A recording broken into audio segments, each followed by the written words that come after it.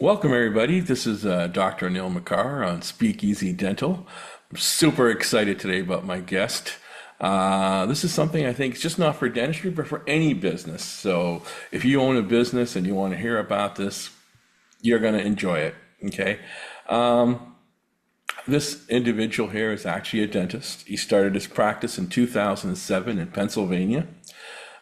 He developed it into a great practice, and over the years, he did Google reviews, and he basically got about 1,600 Google reviews with a rating of 4.9, which is absolutely amazing.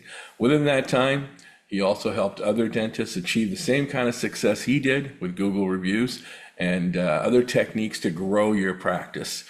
I'm super excited to have him here today for the fact that people like listen to what he has to say. He's a podcaster, he's an international speaker.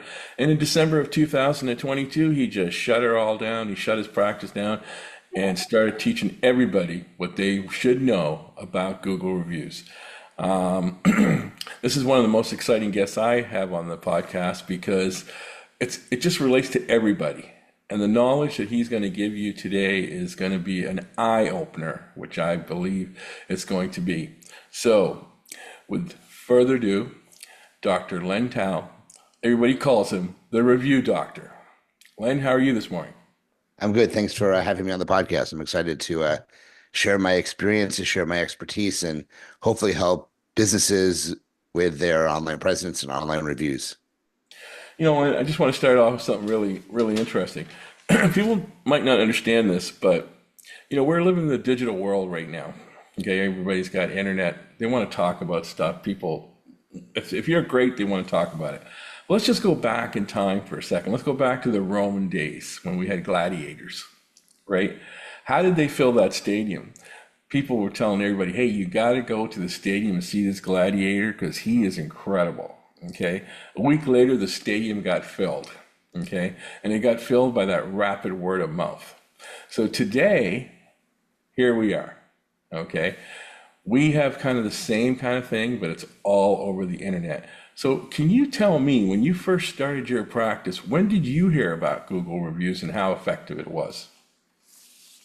So it's really interesting. So I had bought my practice in 2007, as you mentioned. I actually bought it from a dentist who committed suicide and took over the practice. The doctor was not there, obviously. I luckily had the team remain with me for quite a while. And so the patient stayed, most of the patients stayed because the team was there. If the team had left, I would have been left with nothing.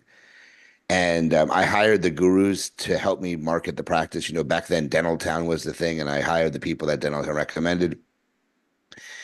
And I wasn't seeing great success at all. And so I said to myself, well, let me see what's out there that can differentiate myself from the competitors. And I've always been on the internet. If I wasn't a dentist, I'd be something online. I was always a computer guy.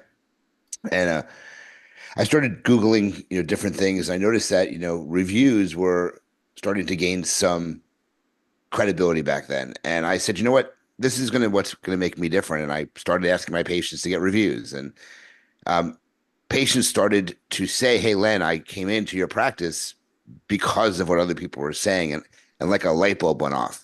And reviews became a very important part of my marketing. And I coined a term back then called reputation marketing, not reputation management. Reputation management is about getting negative reviews off of page one, getting them removed. That's a company that does reputation management. You're managing your reputation.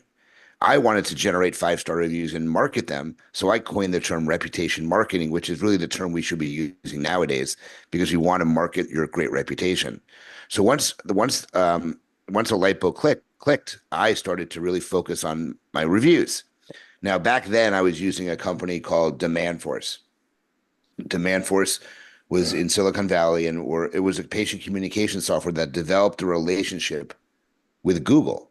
And when you got Demand Force reviews, those reviews went to Google directly. And in fact, back then, Google was aggregating all the reviews that you had. So Yelp and Google and Demand Force and all these other places, they would go to Google itself. So they showed up in the Google review number. Okay. Well, Yelp had an issue with that and ended up causing a problem. And one day, Google decided to remove all third-party reviews except theirs. And literally, dentists overnight went from thousands of reviews potentially down to almost zero. And I had over 100 at that point. So I ended up being the top dentist in Philadelphia. And that's where all these patients started coming from. And that was when a light bulb went off and says, I need to find a way to make this easy for people to do that. So in 2013, I actually created a piece of software called iSocial Reviews. Went to an engineer, built a piece of software with a couple of people I knew, and we had 180 dentists that bought it. Well, I ended up selling my company to Birdeye. Birdeye acquired my company. And now 10 years later now, actually, I run the dental division for Birdeye. So it's a very interesting kind of transition from clinical dentist now. As you said, I retired in 2022. So about a year and a half, I have not been clinical. But it was a really great transition. But it all started with me recognizing that there was something different about reviews that was really going to make a difference for practices. And that I did a lot of marketing. I always say I threw darts at the dartboard and I missed a lot of things. I wasted money I wasted money on radio advertising. I wasted money on so many different things. But the one thing I really hit a home run on was the Google reviews and how important they were for someone's practice. So yeah, yes, I was lucky, but I'm also fortunate that I obviously am a hard worker and just found the right little computation of things that allowed me to do what I do now. Great story. Listening to that story, I'm thinking, learn from success. That's what I'm thinking right now. Okay. Because you just mentioned at the very tail end of your story, a lot of dentists, they spend money on marketing. Okay. Websites, radio ads, TV ads, it's a hit and miss thing, right? So you've already proven that, hey, we got something better. It's Google reviews. So this leads me to my next question, right? Why do so many businesses do not focus on Google reviews? So I think the answer is they don't really understand the effect they have. They're I don't want to say they're ignorant, but they kind of ignore the fact that patients are making decisions because of these reviews, or they're busy. They're a busy practice and they don't think they need it. And I'll tell a story. I love telling stories. I do this in all my seminars. So I had met a dentist, and there's very few dentists I can't assist. I can't help. The only dentist that would tell you I probably can't help is someone who's the only dentist in this town.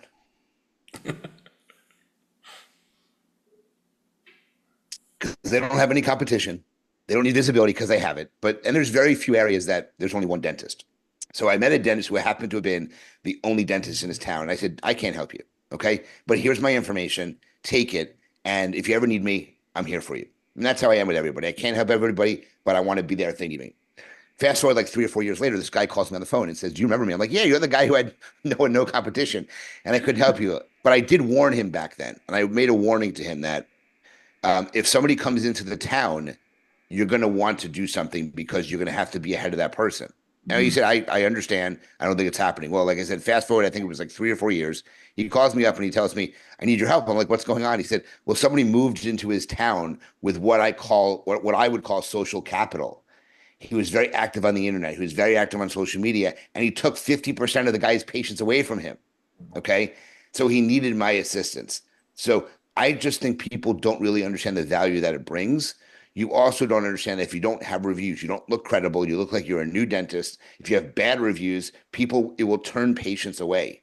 And what patients don't do is they don't call you up and say, I'm not coming in because you suck online. They just don't come in, and you don't know what you're losing. So don't rest on your laurels.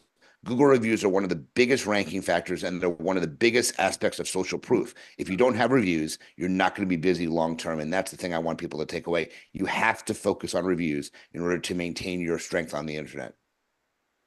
Hey, you're a real life example, and I just want to tell you my story. Like, I own a practice in a small town of 15,000 people, and over the years, we've gathered about over 1,000 Google reviews with 4.8 rating. Okay. Sold my practice to a corporate dentistry in 2015. Okay. And, corporate dentistry, they're always looking at ways to grow.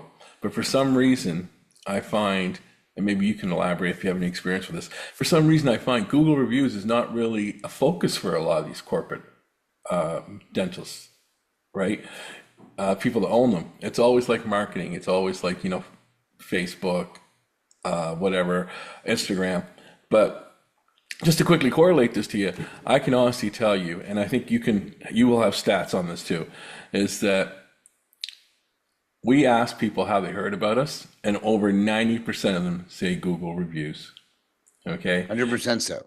And 100% so. yeah, and the number of patients that we see every month is absolutely crazy. And then again, it's Google reviews. Now, I'm going to flip the question around here. So when I do explain this to somebody, like another dentist or another business, right, it's almost like, woo, it's almost like it's totally ignored. Okay. So do you feel that a lot of businesses are so trained with marketing, like websites and stuff, that's the only way to go? Right? And to change that philosophy around into, as you said, focusing on Google reviews. How hard do you find a business or a dentist to get to that mode, that mental state of this is very important? So when I give my seminars, and I'm all over the world. You mentioned it. I'm in Canada. I've been in parts of the Caribbean. I've been in Mexico. I've been in the U.S. Obviously, over 550 times, speaking since 2010. I make it a point to show them why it's important. And I kind of lay out the groundwork for them. So it's important because patients read them. It's important because Google uses it as a trust factor. And it will also make the marketing they're currently doing more effective. So if you're spending money on Google ads or Facebook ads or any type of retargeting campaign or any type of mail campaign or TV campaign, anything you're doing, the patients are going to look you up online. If you're a referral-based business, if you're a specialist where you get referrals from doctors, they will look you up online before they come in. They no longer trust the dentist when they make that referral. So this is what I call word of mouth 2.0. Word of mouth is, hey, go check out so-and-so, he's great. They're going to look you up. That's where they need to be convinced to come into the practice. And if you focus on it and you ask patients how they found you, which means when they come in the practice, don't rely on the front desk person to ask, hey, how'd you hear about us? They're going to put the internet. That means nothing to me. Okay. There are so many things on the internet it could be. If the doctor makes it a point to say, tell me how you found out about me. Why did you choose my office? I guarantee you, if you focus on reviews, 90%, 85 to 90% of those patients are going to say, I found you online, or I was convinced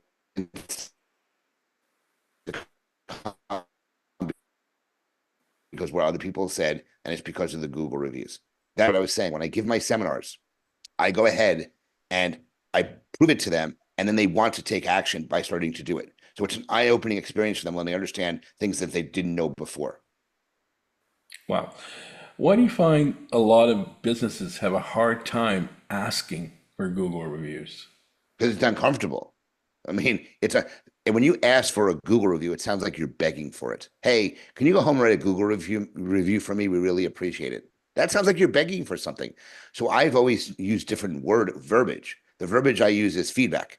Would you be willing to provide some feedback about your experience? It changes the discussion. It makes the person not feel like they're begging for something. And the patient's obliged. They just do it.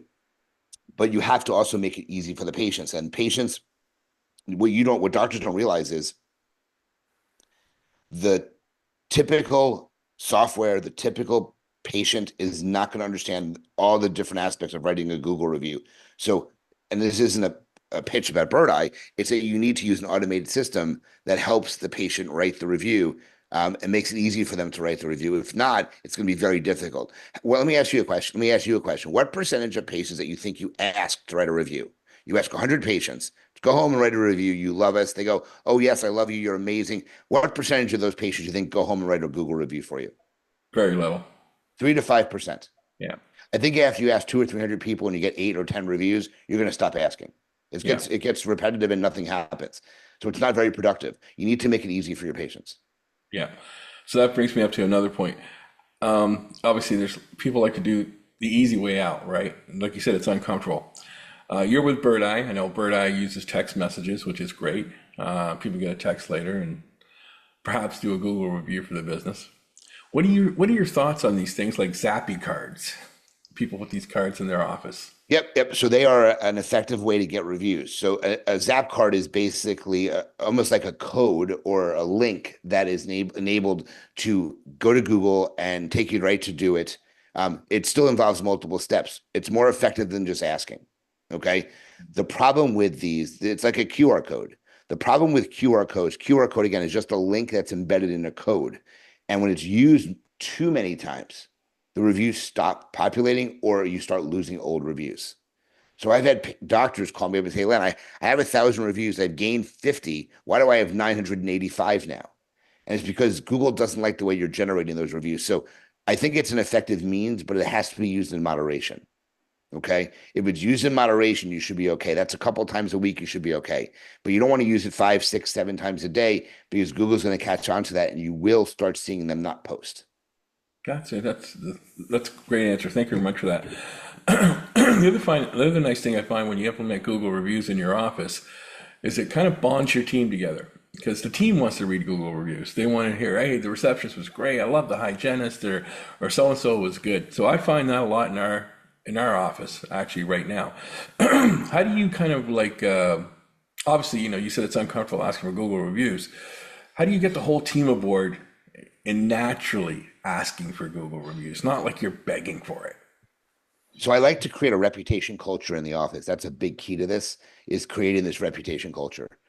So you sit them down, you tell them how important it is. If you're going to use the software, it's a great way to introduce the software. One of the things I like to do is if people are using Birdeye, I recommend that they sit down with their team and they ask each team member for 3 to 4 patients who they never want to send a review request to because they are the royal pains in the butts and you know who they are. And I'm sure right now you can probably think of 5 patients that you never would send a review request to because we all had those patients. And it kind of, when you explain to them why, because you can turn those patients off so you never get a review request sent to those patients. It creates a little bit of a camaraderie. The other way I want to do it in the beginning is I like to incentivize the team. If you look at every review out there or most reviews out there, they always say the doctor and team or the doctor and staff. They never mention the team members. So if the team member wants to get involved in this process, is they should say to the patient, thanks for coming in. Just so you may be getting a text message asking for some feedback about your experience. And if you mention my name, I would really appreciate it. Okay. Well, then that they had a conversation when the review comes out and it says, my hygienist, Amy, was amazing. That Amy had to speak to them about that and they can get an incentive for that. So I like to incentivize the team because you can incentivize the patient to write the review because that's against Google's terms and conditions. So I like to put it on the team and look, everybody's money driven this day and age. Okay. We're an incentive based society. So if you can give them something, it doesn't have to be a lot of money in value, but something they will appreciate it and they should do that. That's the game I like to set up and it works effectively for the team. That is the best piece of advice ever. Because I'm going to tell you something. We were trying to think of some kind of incentive for our practice coordinators and our receptionists. I mean, it's easy to monitor your dental hygienists and stuff, right? So that's awesome. I love that a lot. Okay, that's a great golden tip. How does most business combat a negative review? I have a class just called "Oh my God, I got a bad review. What do I do?" It's one of my most popular sessions. It can be done in the minimum of 30 minutes, so it's a good fast seminar.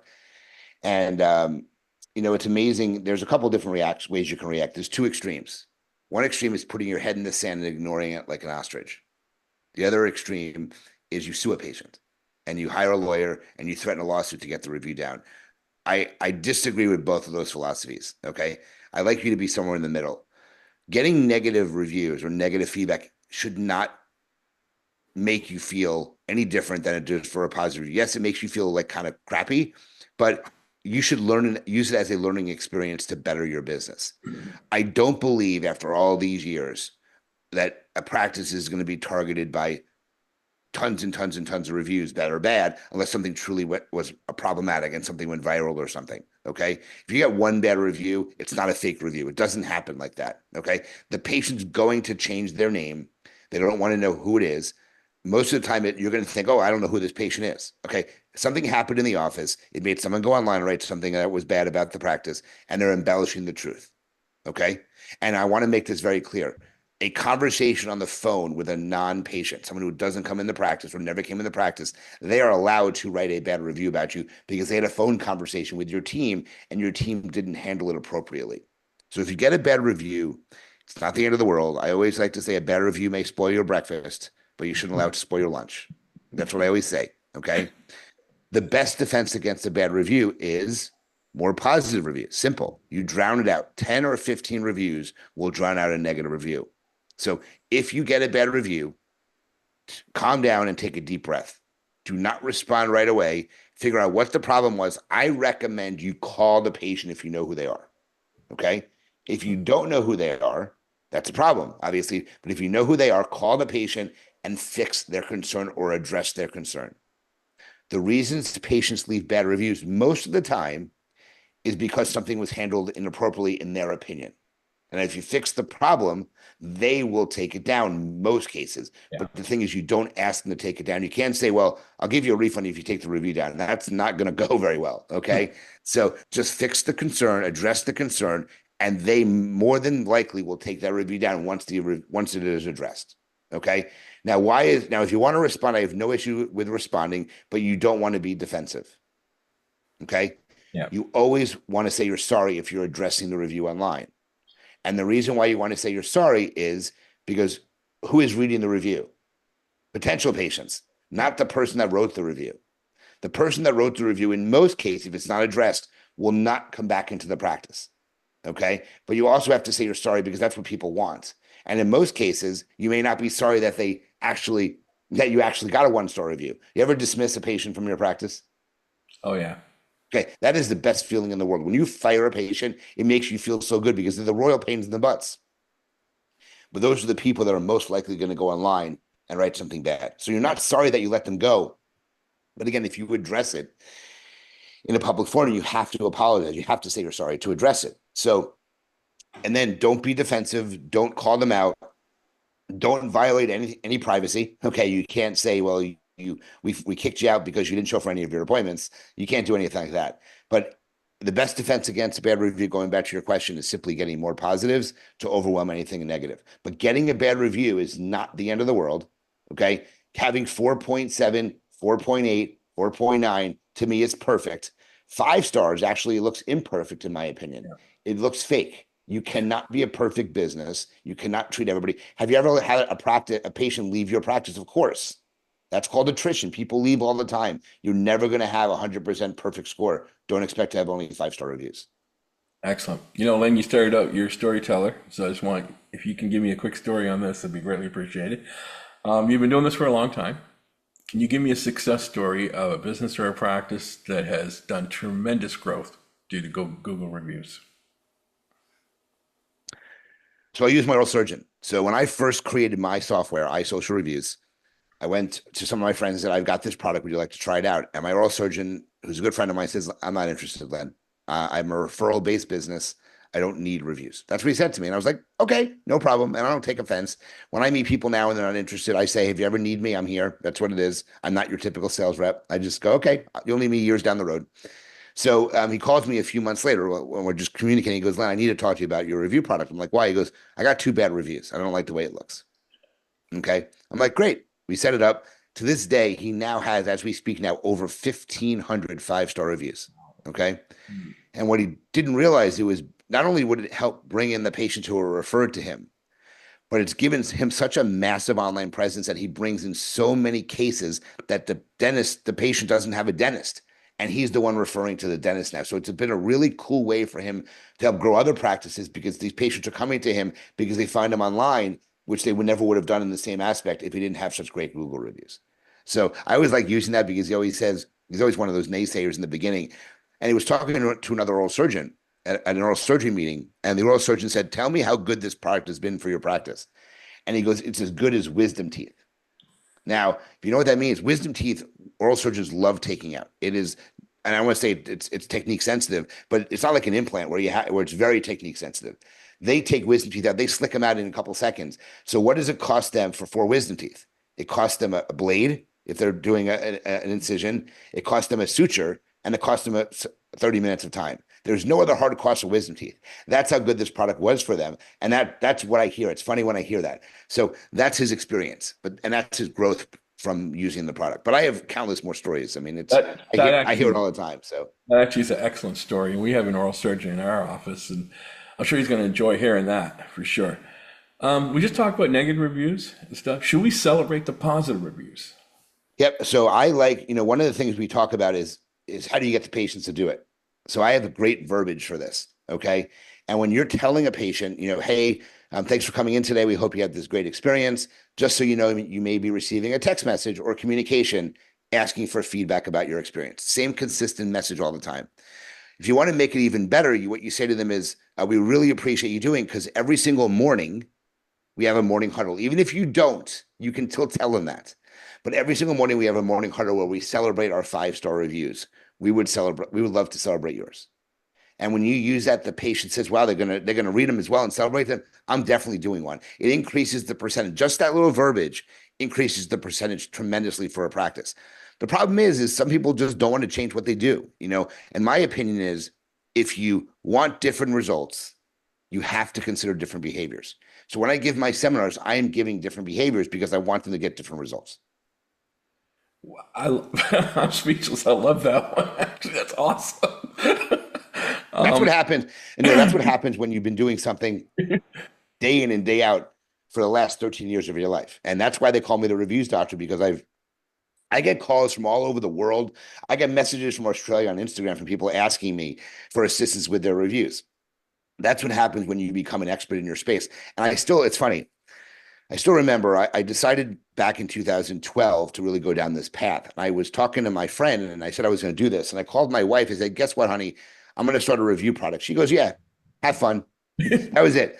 And literally, did I ever think back then that I would be out of clinical dentistry 9 years later or 8 years later? Absolutely not. I mean, it was something that just kind of happened. And so it's really interesting to see as I look back on things, how things have transpired. Oh, that's amazing. Kind of get towards the end here. So, you mentioned before Google Ads. A lot of businesses and professionals spend money on Google Ads, and obviously, there's an organic way of not paying for any of that. So let's go back to the Google reviews and relate that to SEO, search engine optimization. Okay. The content of the Google review, like people if you just put a star down, or like say a video even, or a picture, is that going to get you, if a person get more involved in a Google review, like say a video testimonial or a picture, is that going to get you higher, even higher up in the SEO? So Google reviews don't really play a role in traditional SEO. And what I mean by traditional SEO is website SEO. Okay. SEO, which means map ranking SEO, getting ranked higher on the map. For those that don't know enough about this, when you type in dentist near me or dentist in your town or dentist in your zip code, there's a map that's going to come up with 3 dentists on there and a 4th if you pay for it. Okay. In order to get to the other 20, 30, 50 dentists, you have to click on more places. My goal is to get you on the map, which is the visibility part of what I talk about. Okay. So there's a definitive link between reviews and ranking. Okay. So the more reviews you have, you may rank higher. But there's some other primary factors that you have to take into consideration. So while people are listening to this, what I want them to do is I want them to go onto their computer or phone, and I want them to type into the Google their name of their practice. Okay. When they look at the name of the practice, there's going to be the Google My Business listing that comes up on the right-hand side. And it's going to say the name of the business, and it's going to should say dentist in whatever town or dentist in whatever county. I just spoke to an endodontist yesterday, just as an example, in Lexington, Massachusetts. And when you pulled up that listing, it said dentist in Lexington, Massachusetts. Now, an endodontist is a dentist, but the primary category needs to be endodontist, not dentist. So if you go to your primary category and you see the word dental clinic, now dental clinic in the US, by the way, and it has negative connotations. I don't know if you know that. We do not use the word dental clinic in the US unless you're like a Medicaid or HMO clinic. Okay. In Canada, it's a more common term, dental clinic. Okay. So in the Canada, it's okay to be a dental clinic. In the US, you definitely don't want to be a dental clinic. You want to be a dentist. Okay. In Canada, I still recommend dentist though, because that's what most people search for. So a primary category has to be dentist. Okay. I've seen a doctor. You're not a doctor, you're a dentist. So make sure it says dentist or dental clinic. But you can also select up to 8 secondary categories. And the secondary categories there's tons of them. Dental implant professional, dental implant periodontist, tooth whitening service, emergency dental service. There's literally anything you do in your office. If you see emergencies, listed as emergency dental. If you do dental, if you're a dental hygienist, there's a dental hygienist category. You can select up to a total of 9 categories, 8 secondary and 1 primary. So that's a big ranking factor as well. And then the third ranking factor you need to pay attention to is that you need to have a consistent presence online. The name, the address, and phone number. It's called your NAP of your Google My Business page has to be consistent with all these local directories. And if it's not consistent, you're not going to rank very well. So I get questions all the time. Hey, doc, this guy just started up. I've got a lot more reviews than him. Why is he outranking me in the maps? And it's because his presence may be more consistent than your presence. So this is a local SEO tool that's called citation claiming or listing management. So those 3 things, reviews, listings, and primary category, are 3 of the biggest ranking factors that will help determine whether you rank on the maps or not. That is great. I can see this differentiating a dental office, like say in Toronto, for instance, there's a dentist in every block, right? I could see that differentiating factor for a dentist using, the 3 techniques that you just mentioned, for sure. Let's just step aside for a second and go into the future a little bit about Google reviews, okay?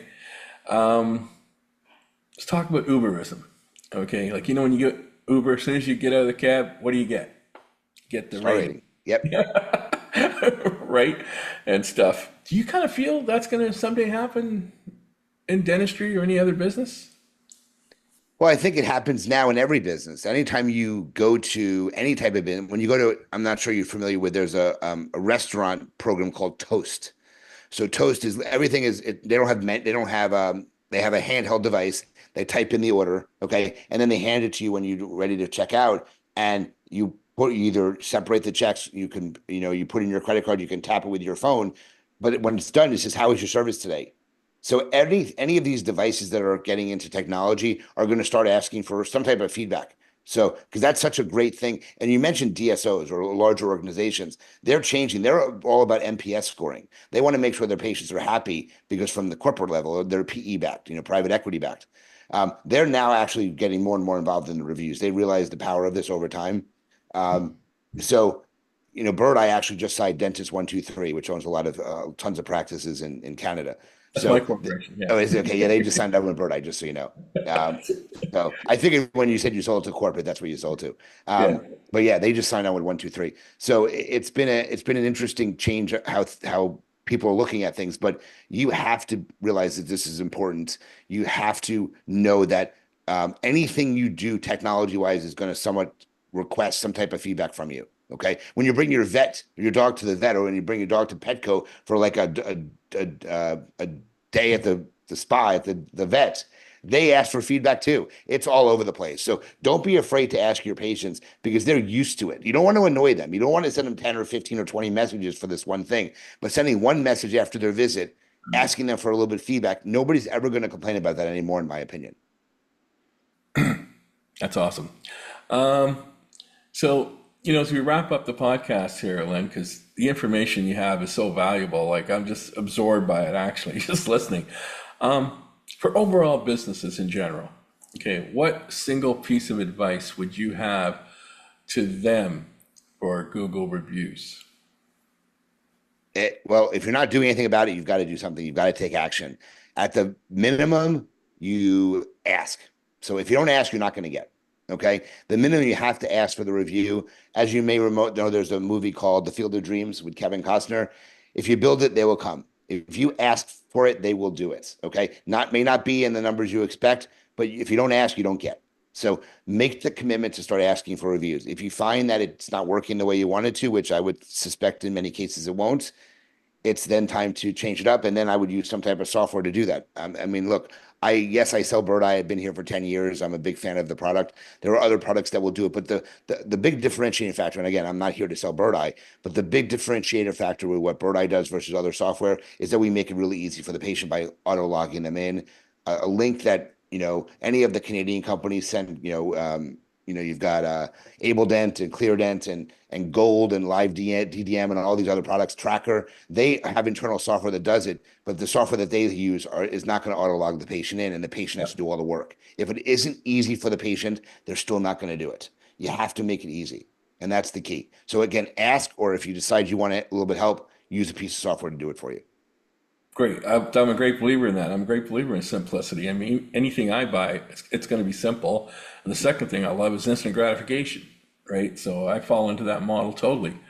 Len, it's been a pleasure, extreme pleasure having you on the podcast. The tips you've given us today are absolutely valuable. So for everybody out there in the podcast world, I just want to say, go on to Len's website.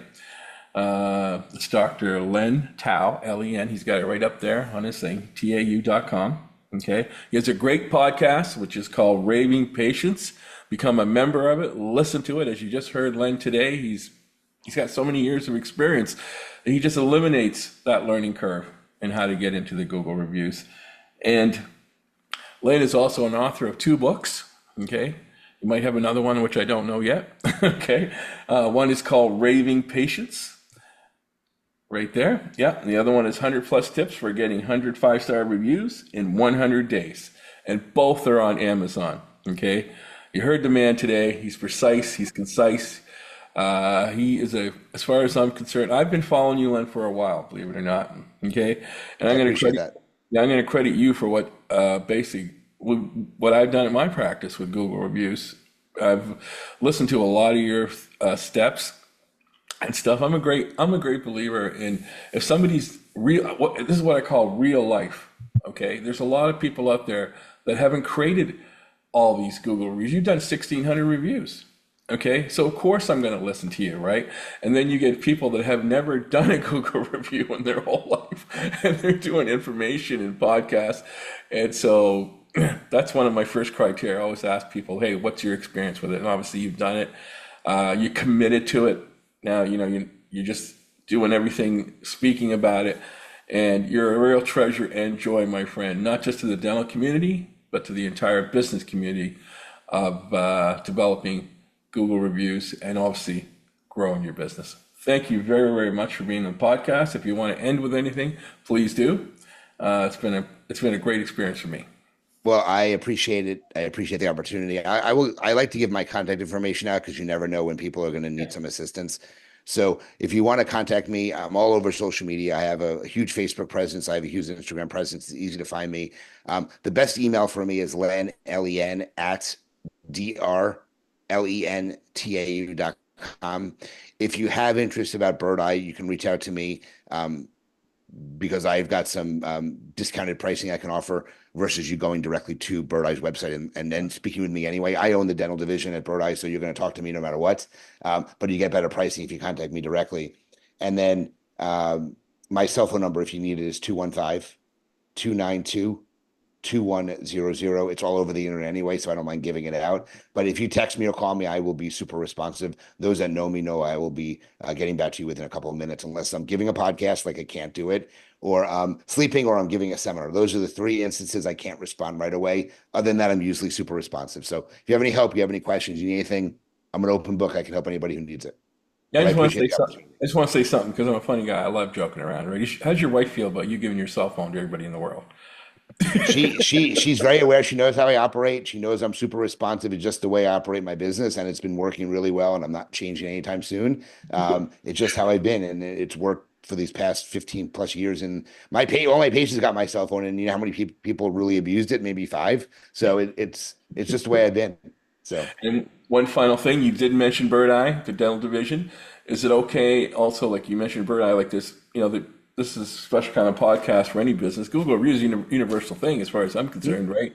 Again, is it okay for any business also to get your any call? business can reach out to me? Just if a business, let's say they're a lawyer and they hear this and they reach out to Birdeye, they will not come to me. So they'll reach out. They'll have a regular rep reach out to them that handles the SMB space, small business space. But if they reach out to me, I can sell them, and they will get the discounted pricing that I can offer. So that's up to them. But if they want to go to Birdeye directly and do it, then they just deal with another rep and they'll pay a little bit higher price. That's all it is. Len, pleasure. Thank you very, very much for being on this podcast. And hopefully we can talk soon some other day. Thank you. I appreciate the opportunity to be here. And if, again, if anybody needs me, I'm readily available for them. Thank you, Len.